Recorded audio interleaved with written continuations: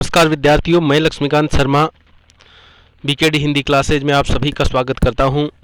मित्रों, आज की इस कक्षा में हम कक्षा 10 के लिए निर्धारित पाठ्य पुस्तक क्षितिज भाग 2 से महाकवि तुलसीदास जी द्वारा रचित लक्ष्मण परशुराम संवाद का अध्ययन करने जा रहे हैं। तो बिना समय गंवाए हम शुरू करते हैं आज का अपना अध्याय तुलसीदास। सबसे पहले तुलसीदास जी के परिचय की बात करें तो तुलसीदास जी का जन्म उत्तर प्रदेश के बांदा जिले के राजापुर गांव में सन 1532 ईस्वी को हुआ माना जाता है। कुछ विद्वान इनके जन्म स्थान को सोरो, जो कि जिला एटा उत्तर प्रदेश में मानते हैं। तुलसीदास जी का बचपन बहुत संघर्षपूर्ण था। जीवन के प्रारंभिक वर्षों में ही माता पिता का देहावसान हो गया। बाद में गुरु कृपा, इनके गुरु का नाम नरहरिदास, गुरु कृपा से इन्होंने राम भक्ति का मार्ग पाया और वे मानव मूल्यों के उपासक कवि के रूप में जाने जाते हैं। आगे चर्चा करते हैं कि मानव मूल्यों के उपासक कवि थे। इनके जीवन के बारे में एक किंवदंती है कि तुलसीदास जी का विवाह रत्नावली नाम की एक सुंदर लड़की से होता है, कन्या से होता है। वो बड़ी सुंदर थी, रूपवती थी, इसलिए तुलसीदास जी उसके रूप सौंदर्य पर आसक्त थे। ऐसी किंवदंती प्रचलित है कि एक बार वो अपने मायके जाती है और तुलसीदास जी उसके रूप सौंदर्य से आसक्त होकर उसके पीछे पीछे उसके मायके पहुंच जाते हैं। तो वहीं पर रत्नावली ने तुलसीदास जी को फटकारते हुए कहा था कि जो समय तुम मेरे पीछे गंवा रहे हो, यदि उस समय को तुम प्रभु भक्ति में लगाओ तो तुम्हारा जीवन सफल हो सकता है। वहाँ पे रत्नावली के द्वारा एक कथन कहा जाता है कि हाड़ मास की देह से तासो ऐसी प्रीत, होती जो प्रभु राम से ना होते भयभीत। और कहते हैं कि तुलसीदास जी के मन पर उन कटु वाक्यों का, कटु शब्दों का ऐसा प्रभाव पड़ा कि वहीं से वे लौट आते हैं और राम भक्ति में जुट जाते हैं। राम भक्ति परंपरा में तुलसीदास जी अतुलनीय हैं। रामचरितमानस कवि की अनन्य राम भक्ति और उनके सृजनात्मक कौशल का सुंदर उदाहरण है।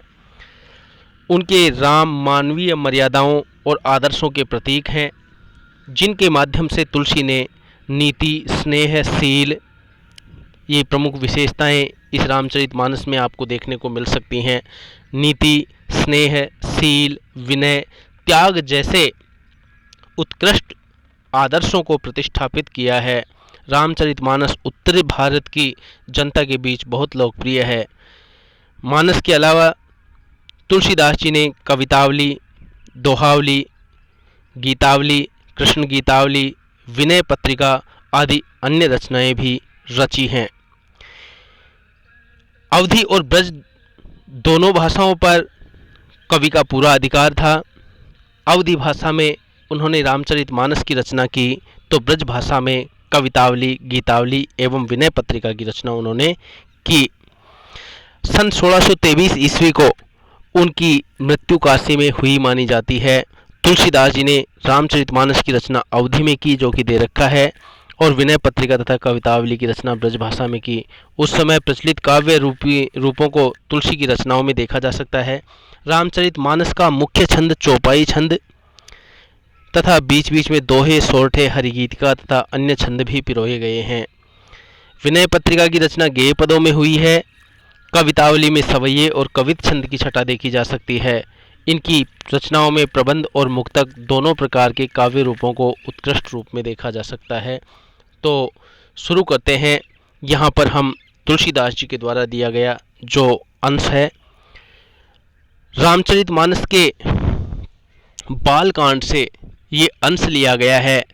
विषय वस्तु इसमें है, राजा जनक के दरबार में जब सीता स्वयंवर हो रहा था, तो सीता स्वयंवर के लिए महाराज जनक ने एक शर्त रखी थी कि जो भी कोई राजा महाराजा इस शिव के धनुष को तोड़ देगा, उसी से मैं अपनी पुत्री सीता का विवाह करूंगा। सीता उसी के गले में अपनी वरमाला पहनाएगी। सभी विफल हो जाते हैं। अंततः विश्वामित्र की आज्ञा पाकर के जब श्री राम उस धनुष को तोड़ते हैं तो वरमाला सीता उनके गले में पहनाती है। लेकिन शिव धनुष के भंग होने पर परशुराम जी बड़े क्रोधित हो जाते हैं और वहीं जनक के दरबार में पहुंच जाते हैं। जनक के दरबार में पहुंचकर वो डराने धमकाने के लिए, अपराधी को सामने आने के लिए और कई बातें करते हैं, जिससे सभा पूरी तरह से भयभीत हो जाती है। उस समय परशुराम जी के इस बड़बोलेपन को देख करके लक्ष्मण जी से रहा नहीं जाता है और लक्ष्मण जी परशुराम जी का अपमान करते हुए कुछ व्यंग्य वचन बोलते हैं, जिसके कारण परशुराम जी का गुस्सा और भी बढ़ जाता है। और इसी विषय वस्तु को मनोरम दृष्टि से मोहक वर्णन यहाँ पर महाकवि तुलसीदास जी ने किया है। तो देखिए, इसमें यह अंश रामचरितमानस के बालकांड से लिया गया है। सीता स्वयंवर में राम द्वारा शिव धनुष भंग के बाद मुनि परशुराम को जब यह समाचार मिला तो वे क्रोधित होकर के वहां आते हैं और शिव धनुष को खंडित देख करके वे अपने आपे से बाहर हो जाते हैं। राम के विनय और विश्वामित्र के समझाने पर तथा राम की शक्ति की परीक्षा लेकर अंततः उनका गुस्सा शांत होता है। इस बीच राम, लक्ष्मण और परशुराम के बीच जो संवाद हुआ उस प्रसंग को यहाँ प्रस्तुत किया गया है। परशुराम के क्रोध भरे वाक्यों का उत्तर लक्ष्मण अपने व्यंग्य भरे वचनों से देते हैं। इस प्रसंग की यह विशेषता है कि लक्ष्मण की वीर रस से भरी हुई व्यंग्य उक्तियाँ और व्यंजना शैली की सरस अभिव्यक्ति आपको यहाँ देखने को मिलेगी। तो शुरू करते हैं। पहले बात करें इसकी शिल्प सौंदर्य पर, तो शिल्प सौंदर्य की जहाँ बात करें, इसमें अवधी भाषा का प्रयोग हुआ है, वीर रस का प्रयोग हुआ है, तत्सम एवं तद्भव शब्दावली का प्रयोग हुआ है, दोहा एवं चौपाई छंद का प्रयोग हुआ है।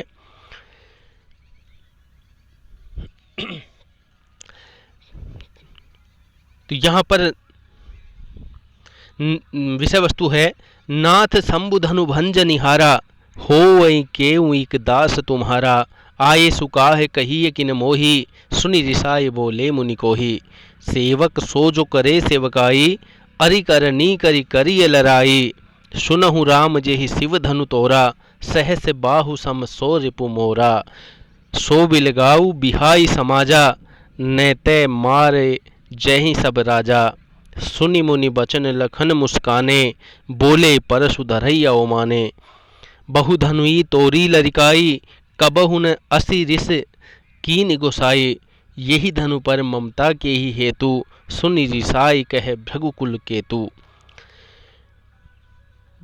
दोस्तों, प्रस्तुत पद्यांश में संवाद शैली का सुंदर रूप देखने को मिलेगा। संवाद के माध्यम से ये बात कही जा रही है। सबसे पहले महाकवि तुलसीदास जी वर्णन करते हुए कहते हैं कि जब जनक के दरबार में परशुराम जी आते हैं तो आते ही वे बोलते हैं, राम से कहते हैं कि हे राम, इस धनुष को किसने तोड़ा है। सभा में उपस्थित जो अन्य राजा महाराजा थे उन सभी से पूछता है कि इसको किसने तोड़ा है, अपराधी कौन है, वो मेरे समक्ष उपस्थित हो जाए। तो राम बड़े ही विनय भरे शब्दों में बात करते हैं, जवाब देते हैं कि नाथ शंभुधनु भंज निहारा, हे नाथ, हे स्वामी, हे नाथ, हे स्वामी, नाथ का अर्थ स्वामी, शंभुधनु भगवान शिव के इस धनुष को भंजनिहारा तोड़ने वाला, कि हे स्वामी, भगवान शिव के इस धनुष को तोड़ने वाला, होई यानी होगा, केव यानी कोई, एक दास तुम्हारा, एक तुम्हारा कोई सेवक ही हो सकता है। परशुराम जी की बातों को सुनकर श्री राम ने क्या कहा, बड़े ही विनम्रता भरे शब्दों में कहा कि हे स्वामी, शिव के इस धनुष को तोड़ने वाला कोई आपका एक सेवक ही होगा। आगे रामचंद्र जी कहते हैं कि आयेसु काहे कहिए किन मोही, आयेसु यानी आज्ञा, काहे यानी क्या है, कहिए किन मोही, मुझे कहते क्यों नहीं, मोही यानी मुझे, कहिए किन कहते क्यों नहीं, क्या आप मुझे कहते क्यों नहीं, आज्ञा क्या है उस शिव धनुष तोड़ने वाले के लिए। इतनी बात सुनते ही सुनी रिसाई, सुनते ही रिसाई यानी गुस्से के साथ बोलते हैं मुनि को ही, क्रोधी मुनिवर परशुराम। मुनि को ही किसके लिए आया है? परशुराम जी के लिए। तो श्री राम जी की ये बात सुनते ही गुस्सेल ऋषि परशुराम जी गुस्से के साथ बोलते हैं और क्या कहते हैं? सेवक सो जो करे सेवकाई, कि हे राम, सेवक वही है जो सेवा करे। सेवक सो, सेवक वही है जो करे सेवकाई, जो सेवा का कार्य करे। अरि करनी करि करिय लड़ाई, शत्रुतापूर्ण कर्म करके जो युद्ध करे, लड़ाई करे, वह कभी सेवक नहीं हो सकता है। तो परशुराम जी ने क्या कहा कि शत्रुतापूर्ण कार्य करने वाला और लड़ाई करने वाला, युद्ध करने वाला कभी सेवक नहीं हो सकता है। परशुराम जी आगे कहते हैं कि सुनहु राम, हे राम सुनो, जे ही शिव धनु तोड़ा, जिसने भी शिव के धनुष को तोड़ा है, सहस्त्र बाहु सम सो रिपु मोरा, वो सहस्त्र बाहु के समान मेरा परम शत्रु है। वो सहस्त्र बाहु के समान मेरा परम शत्रु है। सहस्त्र बाहु सम यानी समान, सो यानी वो, रिपु यानी शत्रु, मोरा यानी मेरा, वो सहस्त्र बाहु के समान मेरा शत्रु है। परशुराम जी कहते हैं कि सो बिलगाऊ बिहाई समाजा, सो यानी वो, बिलगाऊ यानी अलग हो जाए, बिहाई यानी छोड़ करके, समाजा यानी राजाओं के इस समाज को, यानी इस दरबार में जितने भी राजा महाराजा बैठे हुए हैं, जो भी अपराधी है वो इस राजाओं के समाज को छोड़ करके अलग हो जाए, न तय, नहीं तो मारे जाएंगे सब राजा, यहाँ उपस्थित सभी राजा लोग मारे जाएंगे। परशुराम जी साफ साफ शब्दों में कहते हैं कि जिसने भी अपराध किया है, बिना देरी किए इस राजाओं के समाज को, समूह को छोड़ करके बाहर आ जाए, अलग आ जाए, नहीं तो यहाँ पर बैठे हुए सभी राजाओं को मरना होगा। ये बात सुनकर के लक्ष्मण जी की प्रतिक्रिया कुछ होती है। सुनि मुनि बचन लखन मुस्काने, देखिए कितनी सरल भाषा में यहाँ पे तुलसीदास जी ने कहा है, सुनि यानी सुन करके, मुनि वचन मुनिवर परशुराम जी की बातों को, लखन मुस्काने, लक्ष्मण जी मुस्कुराने लगते हैं कि परशुराम जी कितनी बड़ी बड़ी बातें बोल रहे हैं। और वो मुस्कुराते हुए क्या करते हैं? बोलते हैं परशुधरई, फरसे को धारण करने वाले, अर्थात परशुराम। परशुधरई का अर्थ क्या हो गया? परशुराम, फरसे को धारण करने वाले, अवमाने यानी अपमान करते हुए। और वो क्या करते हैं? सुनी मुनि बचन लखन मुस्काने, मुनिवर परशुराम जी की बातों को सुनकर के लक्ष्मण जी मुस्कुराने लगते हैं और बोले परशुधरई अवमाने, और परशुराम जी का अपमान करते हुए बोलते हैं। क्या बोलते हैं? बहु धनुई तोरी लरिकाई, कि हे मुनिवर, बहु यानी बहुत सी, धनुई यानी छोटी धनुइयाँ जिनसे बचपन में खेला जाता है, तोरी यानी तोड़ा है, लरिकाई यानी बचपन में, कि हे मुनिवर, बचपन में हमने बहुत सी धनुइयाँ तोड़ी हैं, कबहु ने असे, लेकिन तब तो, गोसाई यानी स्वामी, हे स्वामी, तब तो आपने कभी भी ऐसे गुस्सा नहीं किया। यहाँ पर लक्ष्मण जी की इस बात को लें तो लक्ष्मण परशुराम जी को किस ओर संकेत कर रहे हैं? जब ये छोटे थे और राजा दशरथ के साथ एक बार ये वन विहार के लिए गए थे, वहीं पे ये परशुराम जी के आश्रम में जाते हैं। राजा को अपने आश्रम में पाकर परशुराम जी ने उनका स्वागत सत्कार किया, बैठ गए। बालक छोटे थे, चारों भाई, उनमें लक्ष्मण बड़े चंचल थे, नटखट थे। ये कुटिया के अंदर चले जाते हैं जहाँ पर छोटे छोटे धनुष रखे हुए थे, और ये एक एक करके सारे धनुष तोड़ देते हैं छोटे छोटे। जब लक्ष्मण जी अंदर आते, परशुराम जी अंदर आते हैं और देखते हैं कि सारे धनुष तोड़े हुए हैं, तो उनको गुस्सा भी आता है, लेकिन उनको गुस्सा वो प्रकट करते नहीं है, क्योंकि एक छोटे बालक के द्वारा किया गया एक शरारत थी। तो इस बात की ओर इशारा कर रहे हैं कि बहु धनवी तोरी लड़काई, हमने बचपन में बहुत सी धनुइयाँ तोड़ी हैं, कबहू न असिर कीन गुस्साई, तब तो आपने कभी भी ऐसा गुस्सा नहीं किया। यही धनु पर ममता के ही हेतु, हे मुनिवर, आपको इसी धनुष पर इतना मोह है, ममता यानी मोह है, इसी धनुष पर आपको इतना मोह क्यों है? सुनी रिसाई, इतना कहते ही सुनते ही, सुनी यानी सुनते ही, रिसाई यानी गुस्से के साथ, कहते हैं भृगुकुल केतु, भृगुकुल की पताका अर्थात परशुराम जी। लक्ष्मण जी की इस बात को सुनते ही परशुराम जी गुस्से के साथ कहते हैं, और गुस्से के साथ क्या कहते हैं? रे नृप बालक, कि हे राजकुमार। रे यहाँ पे संबोधन है, नृप यानी राजा और बालक यानी कुमार, पुत्र, राजा का पुत्र, राजा का कुमार अर्थात राजकुमार, कि हे राजकुमार, काल वश, तू काल के वशीभूत होकर के, बोलत तो ही न संभार, तू सोच समझ करके, संभार का मतलब संभल कर, सोच समझ करके तू नहीं बोल रहा है। धनुई सम त्रिपुरारी धनु, तू अपनी धनुई को भगवान शिव की, त्रिपुरारी तीन पुरों के मालिक भगवान शिव, त्रिपुरारी शब्द किसके लिए आया है? शिव के लिए। धनुई सम त्रिपुरारी धनु, तुम अपनी धनुई की तुलना शिव के धनुष से कर रहे हो, जबकि विदित सकल संसार, शिव के धनुष की महानता तो सारा संसार जानता है, ये तो विश्व विख्यात है शिव धनुष, तुम इसके साथ अपनी धनुष की तुलना क्यों कर रहे हो? इसकी शिल्प संयोजन पर यदि हम बात करें तो देखिए, यहाँ पर अनुप्रास तो सभी पंक्तियों में आपको देखने को मिलेगा। आये सुका है कही ये किन मोही, यहाँ पर यदि देखते कैवर्ण की आवृत्ति, कैवर्ण की आवृत्ति यहाँ पर आपको देखने को मिलेगी।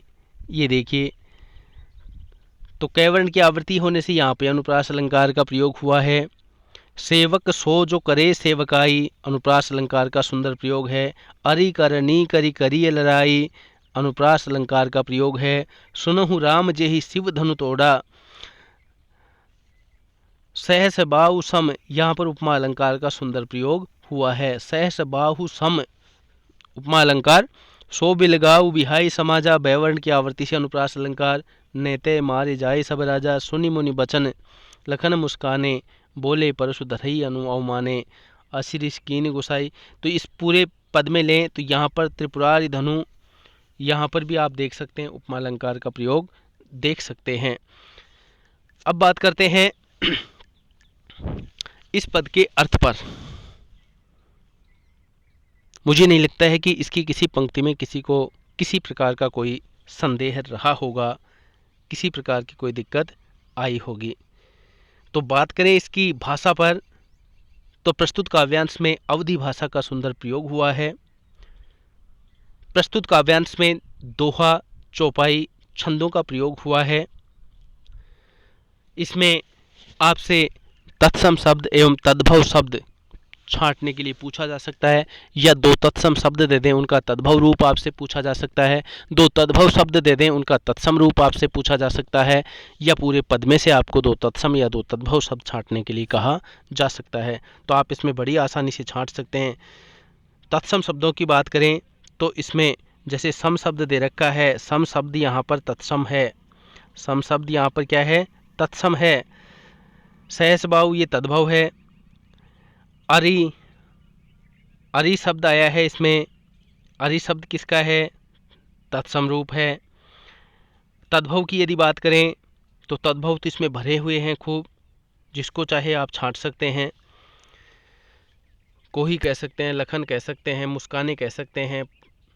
सहस बाहु है, जबकि इसका शुद्ध तत्सम रूप होगा सहस्त्र बाहु, सहस्त्र, जबकि ये दे रखा है सहस बाहु। तो कोई भी रूप इसमें से हम छांट सकते हैं।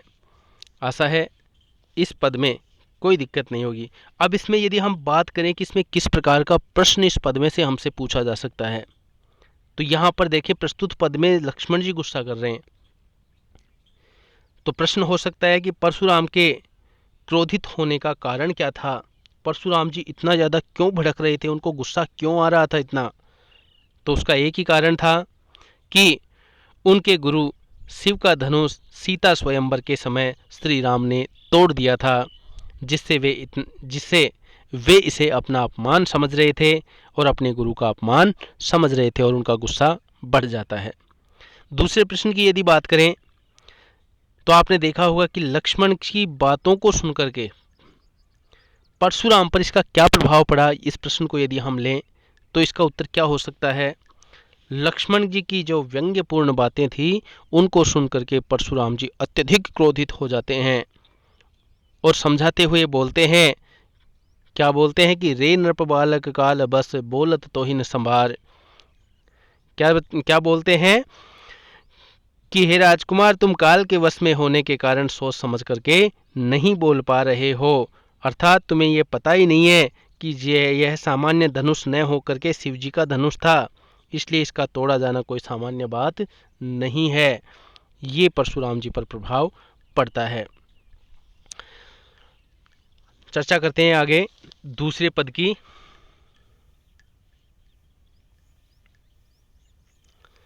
लखन कहा हसी हमरे जाना, सुनहु देव सब धनुष समाना, का छति लाभ जून धनु तोरे, देखा राम नयन के भोरे। छुअत टूट रघुपति न दोषु, मुनि बिनु काज करिय कतरोसु, बोले चिते परसु की ओरा, रे सठ सुनई सुभाव न मोरा। बालक बोली बधो नहीं तोई, केवल मुनि जड़ जान ही मोही, बाल ब्रह्मचारी अति कोही, विश्व विदित क्षत्रिय कुलद्रोही। भुजबल भूमि भूप बिनु कीनी, विपुल बार मही देवन दीनी, सहस बाहुभुज छेदनि हारा, परशु विलोकु महीप कुमारा।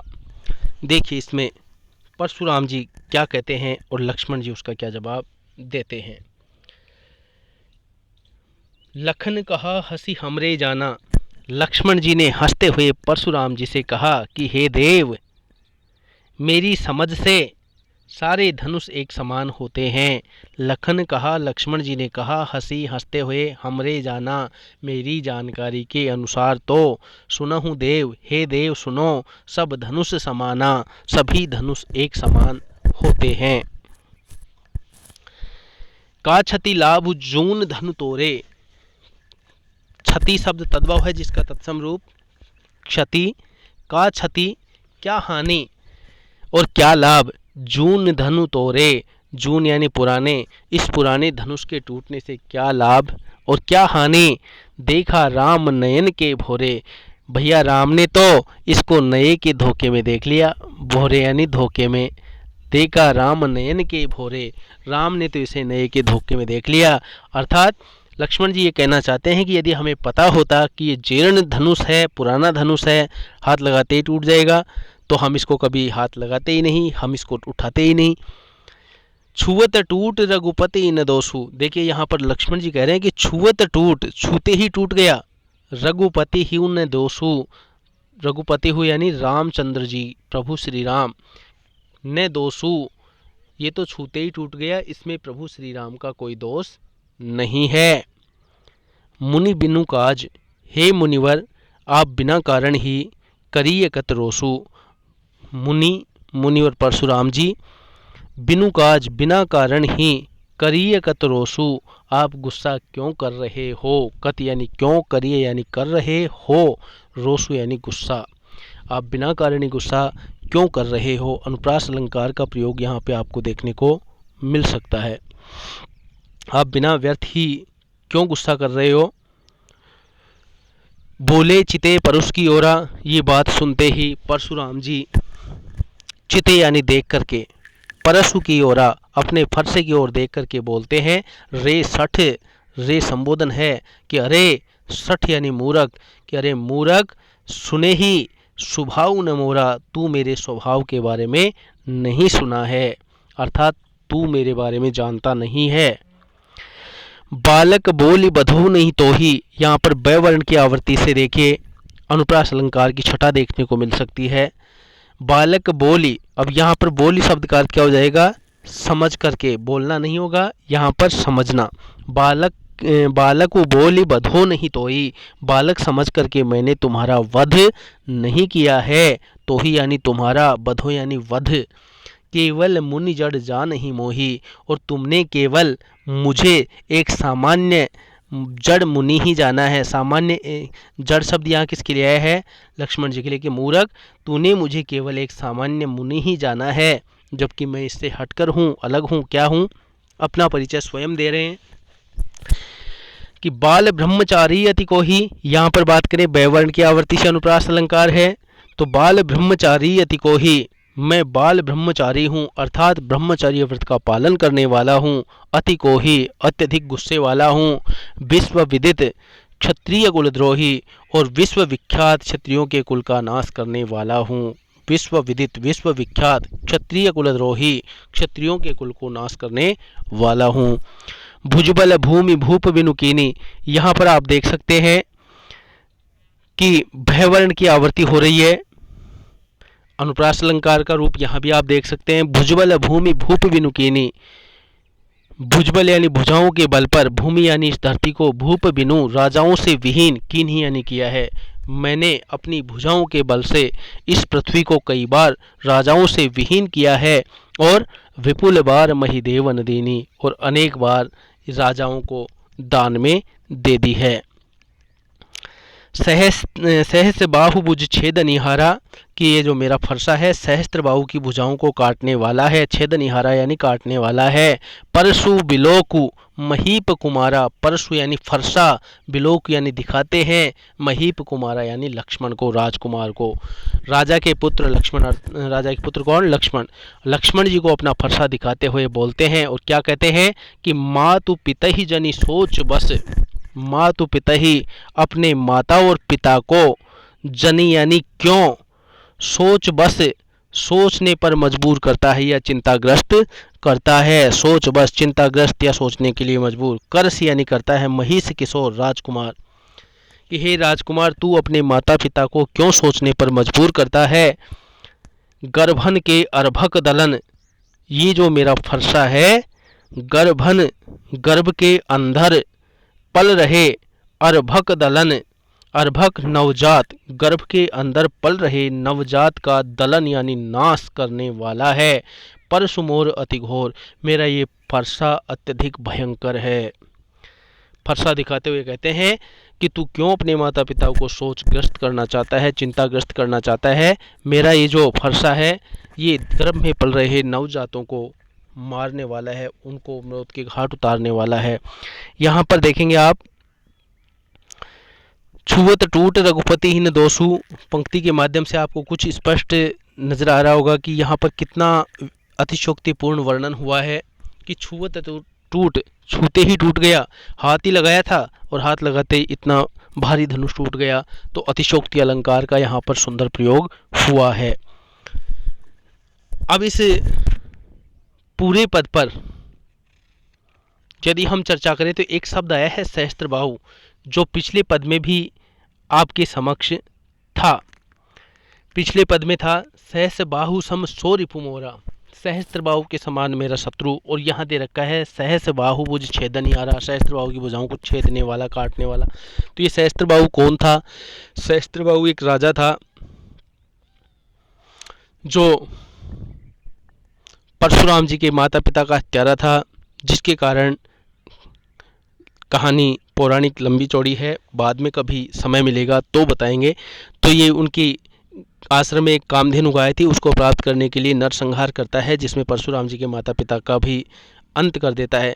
जब परशुराम जी को ये पता चलता है तो परशुराम जी ने भीषण प्रतिज्ञा ले ली थी कि मैं इस धरती से क्षत्रियों को समूल नष्ट कर दूंगा, और तब उन्होंने इस धरती को 17 बार राजाओं से विहीन, क्षत्रियों से विहीन किया। इसलिए यहाँ पर कहा है कि भुजबल भूमि भूप बिनुकीनी, मैंने बहुत बार इस धरती को राजाओं से विहीन किया है, और विपुल बार महिदेव नदीनी, इस धरती को जीत करके मैंने वापस पुनः ब्राह्मणों को दान में दे दिया।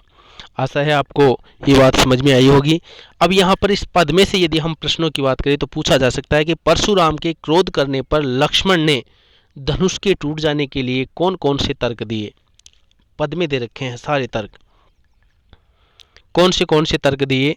सबसे पहले लक्ष्मण ने व्यंग्य भरे वचनों में परशुराम जी से क्या कहा कि हे मुनिवर, हम तो सभी धनुषों को एक ही समान मानते हैं। फिर यह शिव का धनुष पुराना ही था, यानी सबसे पहला तर्क क्या था कि हमारी नज़र में तो सब धनुष समान हैं, और फिर ये धनुष पुराना भी था, इसे तोड़ने से क्या लाभ और क्या हानि होने वाली थी। फिर दूसरा तर्क देते कि भैया राम ने तो इसे नया समझकर इसकी ओर देखा था, देखा राम नयन के भोरे, राम ने तो नए के धोखे में इसको देख लिया। फिर देते हैं कि छुअत टूट रघुपति इन दोषु, ये तो हाथ लगाते ही टूट गया, इसके टूटने में राम का कोई दोष नहीं है, इसलिए आपको क्रोध नहीं करना चाहिए। ये तर्क परशुराम जी को देते हैं लक्ष्मण जी। परशुराम जी ने लक्ष्मण की इन बातों को सुनकर के क्या प्रतिक्रिया व्यक्त की? यदि इस पद के आधार पर प्रश्न हो कि परशुराम ने लक्ष्मण को क्या चेतावनी दी, तो क्या चेतावनी दी कि मातु पिता ही जन सोच बस करसि महिष किशोर गर्भन के अर्भक दलन परशु मोर अति घोर, कि तू ऐसा काम मत कर जिससे तेरे माता पिता सोच में पड़ जाएं, अर्थात उन्हें तेरी मृत्यु का भयंकर दुख सहना पड़े। अभी तू नहीं जानता कि मेरा फरसा बड़ा भयानक है, यह गर्भस्थ शिशुओं को भी मार डालता है, तो तेरी तो बिसात ही क्या है, तेरी तो हैसियत ही क्या है। ये प्रमुख बातें इस पद में आपको देखने को मिल सकती है। आगे बात करते हैं तीसरे पद पर।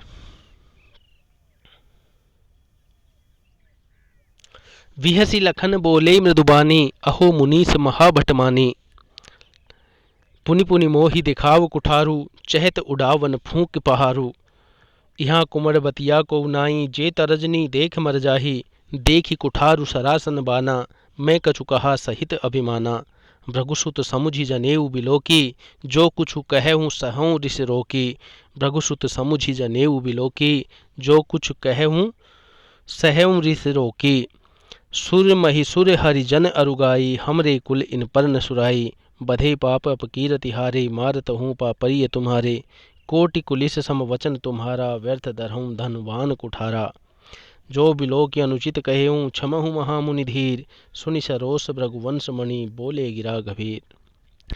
ये बातें हैं और इसमें देखिए क्या है।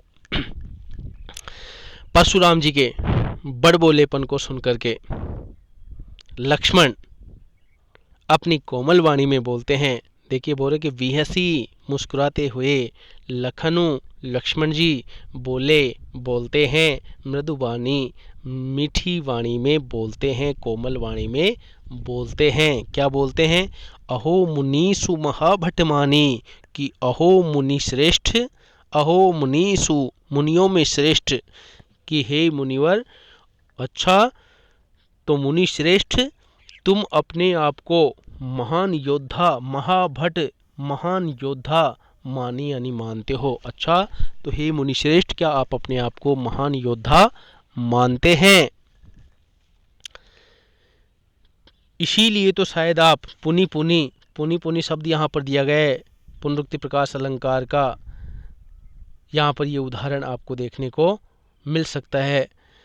तो अब देखिए, पुनि पुनि मोहि दिखाव कुठारू, इसीलिए आप मुझे बार बार अपना फरसा दिखा रहे हो। पुनि पुनि मोहि, बार बार मुझे दिखाव यानी दिखा रहे हो, कुठारू यानी फरसा, इसीलिए शायद आप मुझे बार बार अपना फरसा दिखा रहे हो। लेकिन आपके इस व्यवहार को देख करके ऐसा लगता है मानो, यहाँ पर देखिए उत्प्रेक्षा अलंकार का प्रयोग हुआ है, कि तुम्हारे इस व्यवहार को देखकर ऐसा लगता है मानो फूंक से पहाड़ उड़ा डालना चाहते हो। यानी फूंक से पहाड़ उड़ाना कहावत है जिसका अर्थ होता है कोरी कल्पनाएं करना, कि तुम्हारे इस व्यवहार को देखकर ऐसे लगता है जैसे तुम फूंक से पहाड़ उड़ाना चाहते हो। लेकिन हे मुनिवर, यहाँ कुम्हड़बतिया को उनाई, कुम्हड़बतिया होता है छुई मुई, एक पौधा होता है जिसको हाथ लगाने से या उंगली लगाने से, उंगली दिखाने मात्र से ही वो मुरझा जाता है। तो यहाँ कुम्हड़बतिया का अर्थ होगा आसानी से डर जाने वाला, कायर, कोई भी नहीं है। यहाँ कुम्हड़बतिया को उनाई, कि हे मुनिवर, हम भी कोई कुम्हड़बतिया की या छुई मुई का पौधा नहीं है जो तर्जनी देखकर ही कुम्हला जाएंगे, मुरझा जाएंगे। जे तर्जनी, जे यानी वे, तर्जनी देख मर जाई, तर्जनी उंगली को देख करके ही मुरझा जाता है। अर्थात हे मुनिवर, हम आपके इन व्यंग्य अतिशयोक्तिपूर्ण बातों को सुनकर के, बड़ी बड़ी बातों को सुनकर के डरने वाले नहीं हैं। तो यहाँ पर कुम्हड़बतिया आसानी से डर जाने वाला को नाही, कोई भी नहीं है।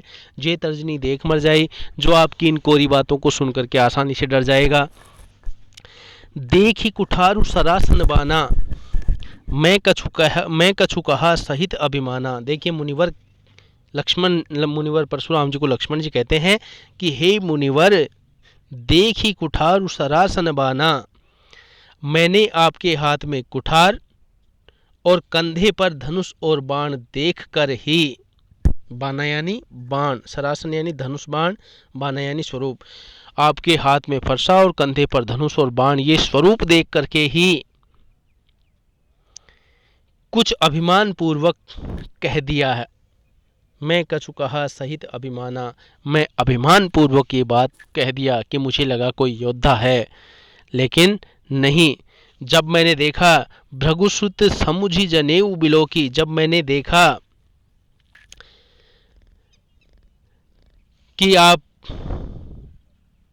तो ब्राह्मण पुत्र हैं, आपको भृगुसुत, भृगु ऋषि का पुत्र समझ करके और जनेऊ बिलोकी, आपके शरीर पर यज्ञोपवीत देख करके आपने जो कुछ कहा, जो कछु कहे हो, जो आपने जो कुछ कहा, सहूं ऋषि रोकी, मैंने अपने गुस्से को रोक करके सहन किया है, सुना है।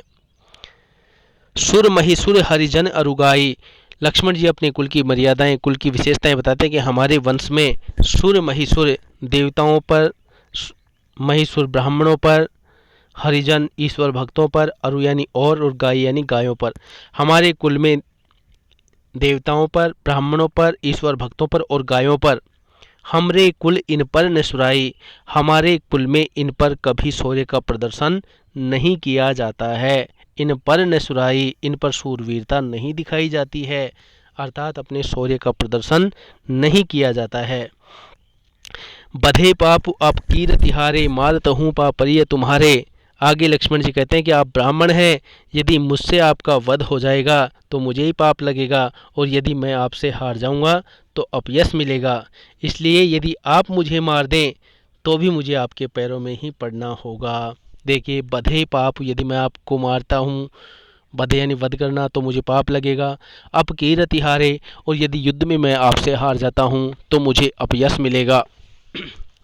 मारत हूँ पापरिय तुम्हारे, यदि आप मुझे मार देते हैं तो मुझे आपके चरणों में ही पड़ा रहना है। कोटि कुलिस सम वचन तुम्हारा, यहाँ पर बात करें तो कोटि कुलिस सम उपमा अलंकार का प्रयोग है। कोटि कुलिस सम वचन तुम्हारा, कि हे महामुनि परशुराम जी, आपके धनुष और बाण और कुठार को देख करके मैंने जो कुछ भी कहा उसके लिए आप मुझे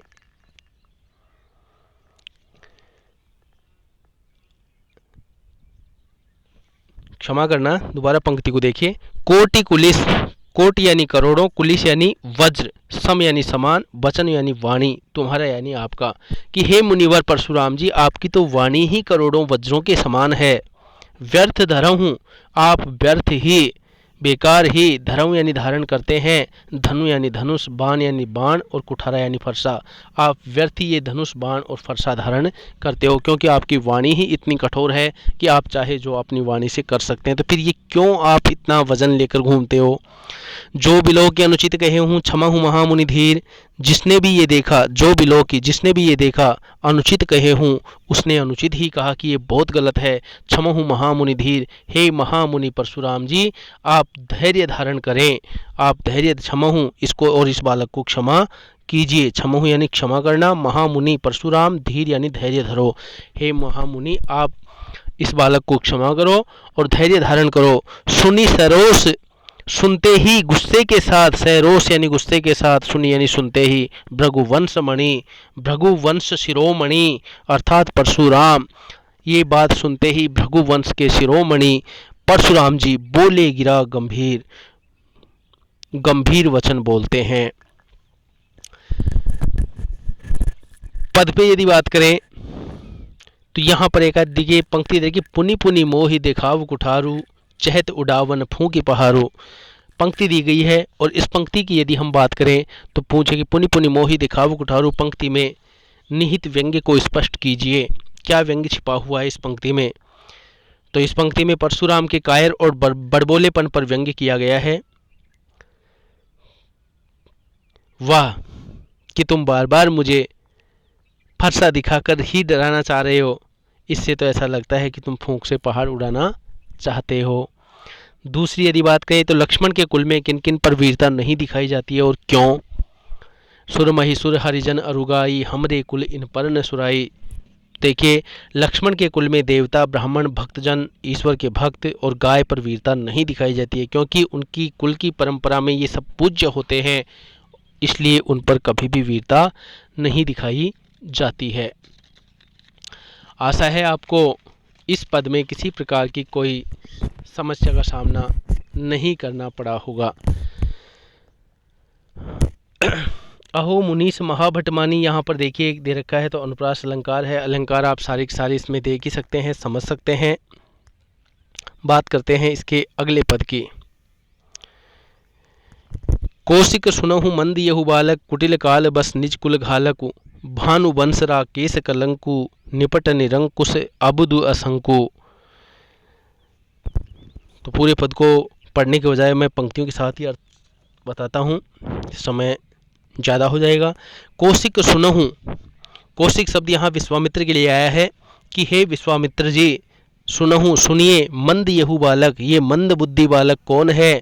कुटिल काल बस निज कुल घालकु, कि ये मंद बुद्धि बालक, कुटिल बालक कौन है?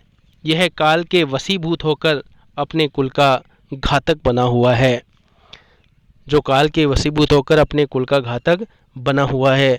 भानुवंश राकेश कलंकु, यहाँ पर देखिए रूपक अलंकार का भी इसमें प्रयोग है। भानुवंश, सूर्य वंश रूपी चंद्रमा को राकेश, तो यहाँ पर परशुराम जी कहते हैं कि सूर्य वंश रूपी चंद्रमा का ये कलंक है। भानुवंश राकेश कलंकु, ये सूर्य वंश रूपी चंद्रमा को कलंकित करने वाला है, कलंक है। निपट निरंकुश अबुदु असंगु, जो पूरी तरह से, सभी तरह से उदंड मूर्ख और निडर है, ये बालक कौन है? काल कवल हो वही क्षण माही, काल कवल होना यानी काल का ग्रास बनना, मौत को प्राप्त करना। परशुराम जी कहते हैं कि हे मुनिवर, ये थोड़ी ही देर में, क्षण माही, एक क्षण में ही, कुछ ही क्षणों में काल का ग्रास बनने वाला है। कहो पुकारी खोरी मोहि नाही, कि ये तो थोड़ी देर में, आपको भी पता है कि ये अभी क्षण भर में ही काल का ग्रास हो जाएगा। मैं पुकार करके, तो देखिए कहें कि कहो पुकारी, मैं पुकार करके कह देता हूँ। कहो पुकारी खोरी मोहि नाही, मैं पुकार करके कह देता हूँ, फिर मुझे कोई दोष मत देना। आगे देखिए, तुम हटकऊं जो चहें उबारा, तुम हटकाऊं, हटकाऊं यानी मना करना, कि हे मुनिवर, यदि आप इसको मना करो तो इसको बचा सकते हो। चहूं यानी चाहना, उबारा यानी बचाना। हे मुनिवर, यदि आप इसको रोको तो इसको बचा सकते हो। कहीं प्रताप बल रोष हमारा, इसे हमारे बल और यश के बारे में बता करके आप इसे रोक सकते हैं। लखन कहे मुनि सजस तुम्हारा, लेकिन परशुराम जी की इन बातों को सुनकर के लक्ष्मण जी बोलते हैं, क्या बोलते हैं कि लखन कहे, लक्ष्मण जी कहते हैं, मुनि सुजस तुम्हारा, कि हे मुनिवर, आपका सुयस, सुजस तुम्हारा, आपका सुयस, तुम ही अछत, तुम ही यानी आपको छोड़कर, तुम्हें छोड़ करके कोई यानी कौन बरने पारा, वर्णन कर सकता है कि तुम्हारा सुयस क्या है, तुमने क्या किया है, ये तुमसे अच्छा वर्णन और कौन कर सकता है। इसका बेहतर वर्णन तो आप स्वयं ही कर सकते हैं। अपने मुंह तुम आपनी करनी, अपने मुंह से तुम अपनी करनी, आपने क्या किया है। बार अनेक, अनेक बार, अनेक भांति, अनेक प्रकार से, अनेक बार, अनेक प्रकार से, बहुबरनी, बहुत बार वर्णन कर दिया है कि आपका सुयस क्या है, आपने क्या किया है। इस बात को आपने अनेक प्रकार से, अनेक बार वर्णन कर दिया है। नहीं संतोष उत, यदि फिर भी आपको तसल्ली नहीं है, तय पुनि, तो दोबारा कछु कहे हूँ, तो कुछ कह दो। यदि फिर भी आपको संतोष नहीं हुआ तो दोबारा से आप कुछ कह दो। जनि रिस रो की दुसह दुख सह हूँ, हे मुनिवर, आप व्यर्थ ही, जनि यानी क्यों, रिस रो की, अपने गुस्से को रोक करके, दुसह दुख सह हूँ, इस असहनीय दुख को सहन कर रहे हो। अर्थात आप व्यर्थ ही क्यों दुखी हो रहे हो गुस्से को रोक करके। यदि आपको लगता है कि मैं एक बार और कहूँ तो आप अपनी करनी अपने मुँह से बखान सकते हैं। लक्ष्मण जी फिर कहते हैं, वीर व्रती तुम धीर अछोबा, गारी दे तन पावहु शोभा, कि हे महामुनि, आप वीर व्रत को धारण करने वाले हो, अर्थात वीर हो तुम, धीर अछोबा, तुम धैर्य धारण करने वाले हो, तुम क्षोभ से रहित हो। अछोबा यानी क्षोभा यानी क्षोभ, यानी रहित, क्षोभ से रहित, कि तुम वीर व्रत को धारण करने वाले हो, तुम धैर्य धारण करने वाले हो, तुम क्षोभ से रहित हो। गाली देत न पावो शोभा, तुम गाली देते हुए शोभा नहीं पाते हो, गाली देते हुए तुम अच्छे नहीं लगते हो। आगे लक्ष्मण जी वीर योद्धा की प्रमुख विशेषताएं बताते हैं कि वीर योद्धा कौन होता है। सूर समर करनी करही, कि सूरवीर तो वो होता है जो युद्ध क्षेत्र में समर करनी करही, युद्ध का कार्य करता है। समर यानी युद्ध, करनी यानी कार्य, करई यानी करता है, कि सूरवीर युद्ध का कार्य करता है। कहीं न जना वही आप, वो कभी भी अपने आप का परिचय, अपने आप की डींगे, अपने आप का यश नहीं बखानता है।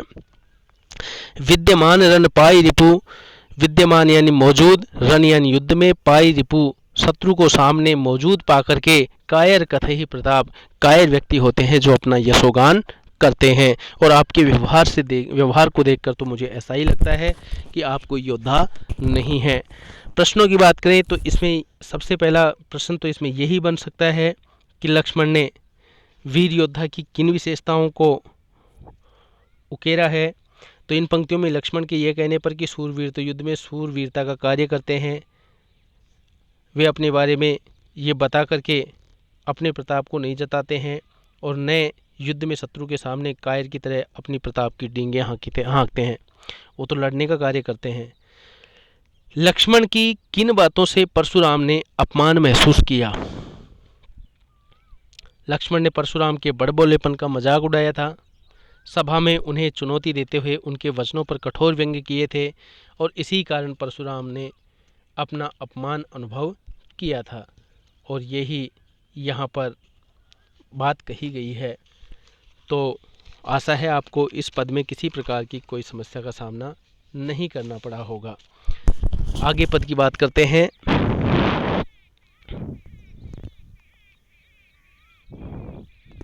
कि तुम तो काले हाँक जन्म लावा, बार बार मोहि लागी बुलावा। बार बार पुनरुक्ति प्रकाश अलंकार है इसमें, बार बार में सुनत लखन के भजन परशु सुधारि धरहु कर गोरा। आगे देखिए, तुम तो काले हाँक जन्म लावा। लक्ष्मण परशुराम से कहने लगे कि हे मुनिवर, आप तो मानो मृत्यु को हाँक करके ला रहे हो, बार बार मोहि, बार बार मेरे लिए, कि आप तो बार बार आवाज़ दे करके मृत्यु को मेरे लिए हाँक कर ला रहे हो, ज़बरदस्ती ला रहे हो। अर्थात मृत्यु मेरे पास आना नहीं चाहती है, लेकिन ऐसा लग रहा है जैसे आप ज़बरदस्ती लाना चाह रहे हो। सुनत लखन के वचन कठोरा, लक्ष्मण जी के कठोर वचनों को सुनते ही, सुनत यानी सुनते ही, लखन यानी लक्ष्मण जी के वचन कठोरा, कठोर वचनों को सुनते ही, परशु सुधारी, परशुराम जी अपने फरसे को सीधा करते हैं, धरहु कर घोरा, और अपने हाथ में धारण कर लेते हैं। घोरा यानी भयंकर, जो कि परसे की विशेषता है। परशुराम जी अपने भयंकर परसे को सीधा करते हैं और हाथ में सीधा धारण कर लेते हैं। अब जन देई दोष मोहि लोगु, कि अब, और फिर परशुराम जी क्या कहते हैं, यह सुनकर परशुराम जी कहते हैं कि आप लोग अब मुझे इस बालक के वध के लिए दोष मत देना। अब जनि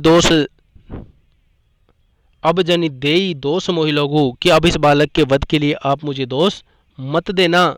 कटुवादी, कड़वे वचन बोलने वाला, बालक बदजोगु, ये बालक वध के योग्य है। बदजोगु यानी वध के योग्य।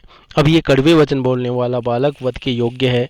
बालक बाल बिलोकी, बाल बिलोकी में अनुप्रास अलंकार, बाल बिलोकी बहुत में बाँचा, वर्ण की आवृत्ति यहाँ पूरे पद में है। तो इसको बालक समझ करके मैं बहुत छोड़ा। बाँचा शब्द यहाँ पर पढ़ना नहीं है, बाँचा शब्द यहाँ पर है बचाना, बचना, छोड़ना, माफ करना। बाल बिलो की बहुत में बाँचा, इसको बालक समझ करके मैंने छोड़ा है। लेकिन अब यह मरण हारी वहाँ साचा, लेकिन अब ये निश्चित रूप से मरने के लिए तैयार है। सत्य ही, साचा यानी सत्य ही, लेकिन अब सत्य ही ये मरने के लिए तैयार है।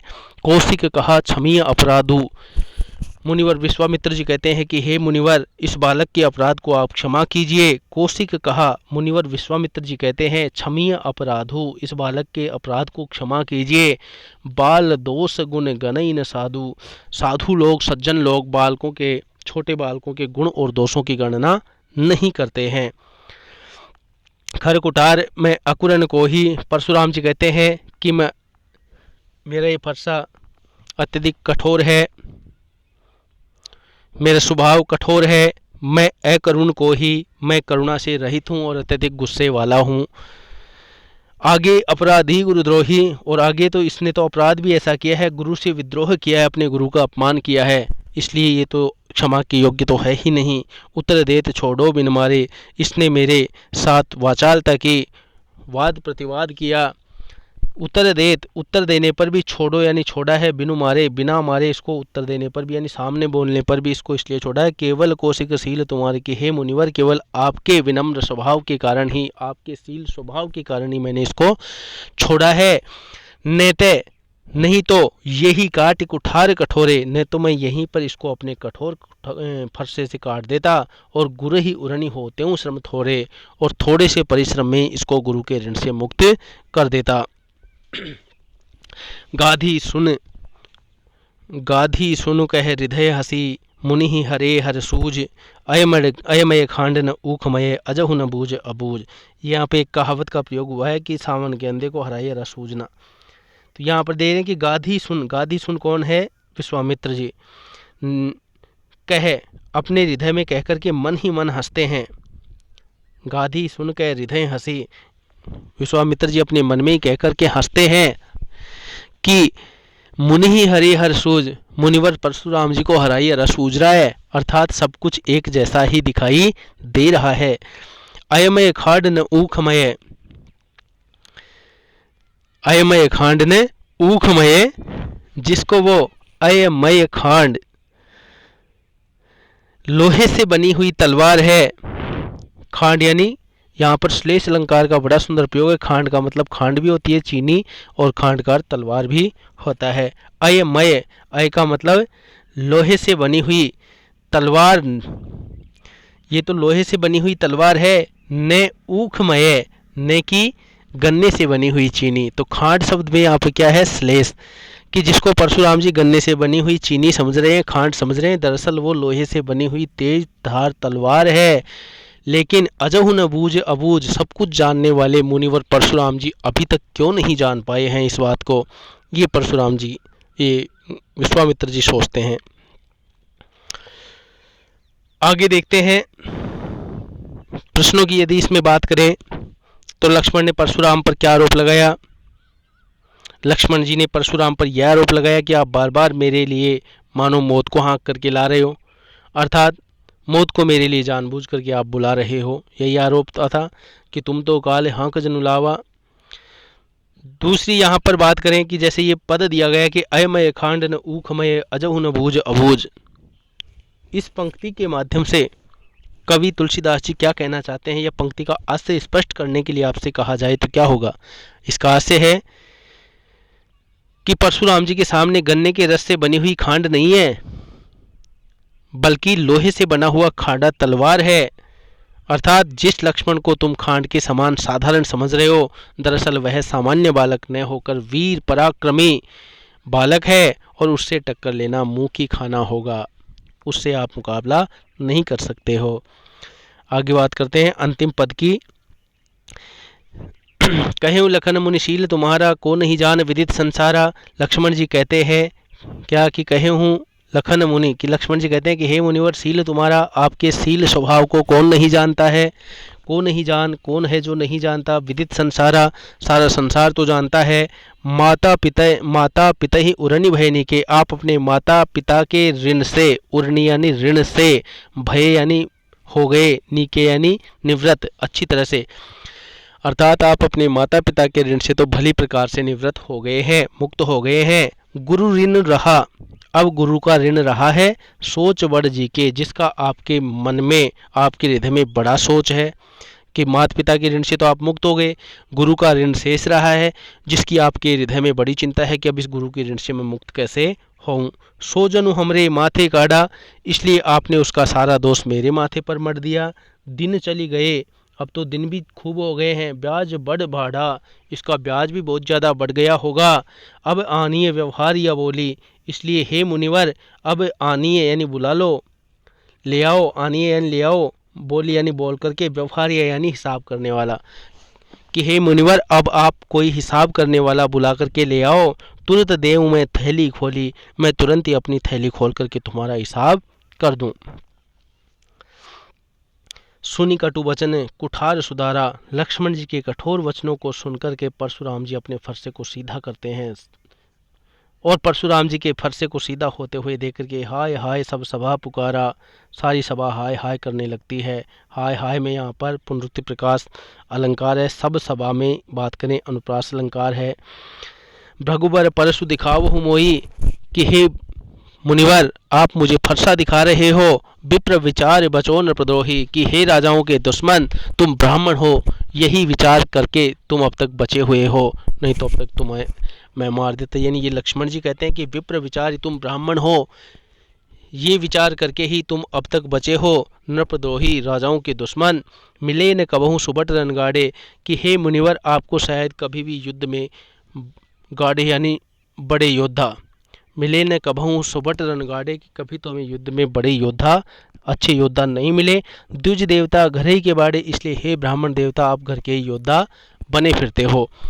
अनुचित कई सब लोग पुकारे, लक्ष्मण की इन बातों को सुनकर के वहाँ उपस्थित सभी लोग कहते हैं कि ये गलत है, अनुचित है। रघुपति सह नहीं लखन निवारे, तब लक्ष्मण जी को श्री राम जी आंखों ही आंखों में इशारों से ही मना कर देते हैं। निवारे यानी मना करना, मना कर देते हैं कि बहुत हो गया है। क्या कहते हैं, लखन उतर आहुति सरिस, लक्ष्मण जी के उत्तर आहुति के समान। उपमा अलंकार है, भृगुवर कोप कृषान, भृगुवर परशुराम जी के गुस्से रूपी आग में, तो रूपक अलंकार है, भृगुवर कोप कृषान में रूपक अलंकार है। लखन उतर आहुति सरस, भृगुवर कोप कृषान, तो अर्थ क्या हो जाएगा, भृगुवर परशुराम जी के गुस्से रूपी आग में लक्ष्मण जी के उत्तर आहुति के समान थे। बढ़त देख जल सम वचन, उपमा अलंकार का, बढ़त देख इस आग को बढ़ती हुई देख करके जल के समान शीतल वचन बोले रघुकुल भान, रघुकुल के स्वामी, रघुकुल के सूर्य श्री रामचंद्र जी जल के समान शीतल वचन बोलते हैं। पद पर विचार करें कि लक्ष्मण ने क्या कहकर के परशुराम की क्रूरता पर व्यंग्य किया, क्या कहकर के, देखिए दूसरी पंक्ति की, माता पिता ही उरनी भयनी के, ये व्यंग्य था कि आपने माता पिता के ऋण से तो मुक्त हो गए, गुरु का ऋण शेष रहा है, जिसकी आपके मन में बड़ी चिंता है। माता पिता के ऋण से मुक्त कैसे हो गए थे परशुराम जी, तो एक बार इनके पिता ऋषि जमदग्नि ने इनसे एक वचन लिया था,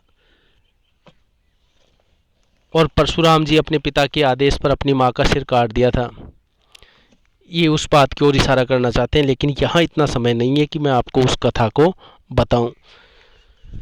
तो यहाँ पर कह रहे हैं कि तुम अपने पिता के कहने पर अपनी माता का वध करके और माता और पिता के ऋण से तुम मुक्त हो गए, तो ये ही व्यंग्य था।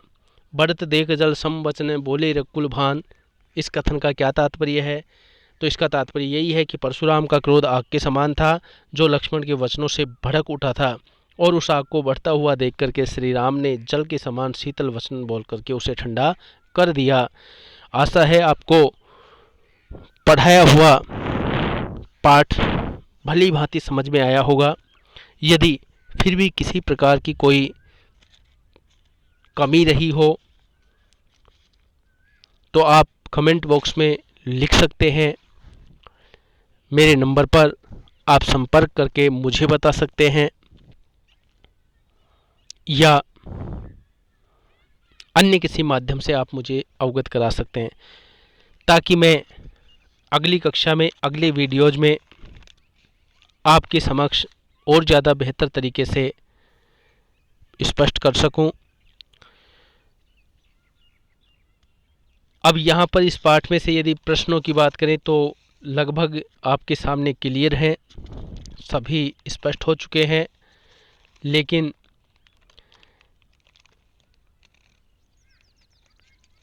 एक प्रश्न है कि परशुराम लक्ष्मण को वध योग्य बताने के लिए क्या क्या तर्क देता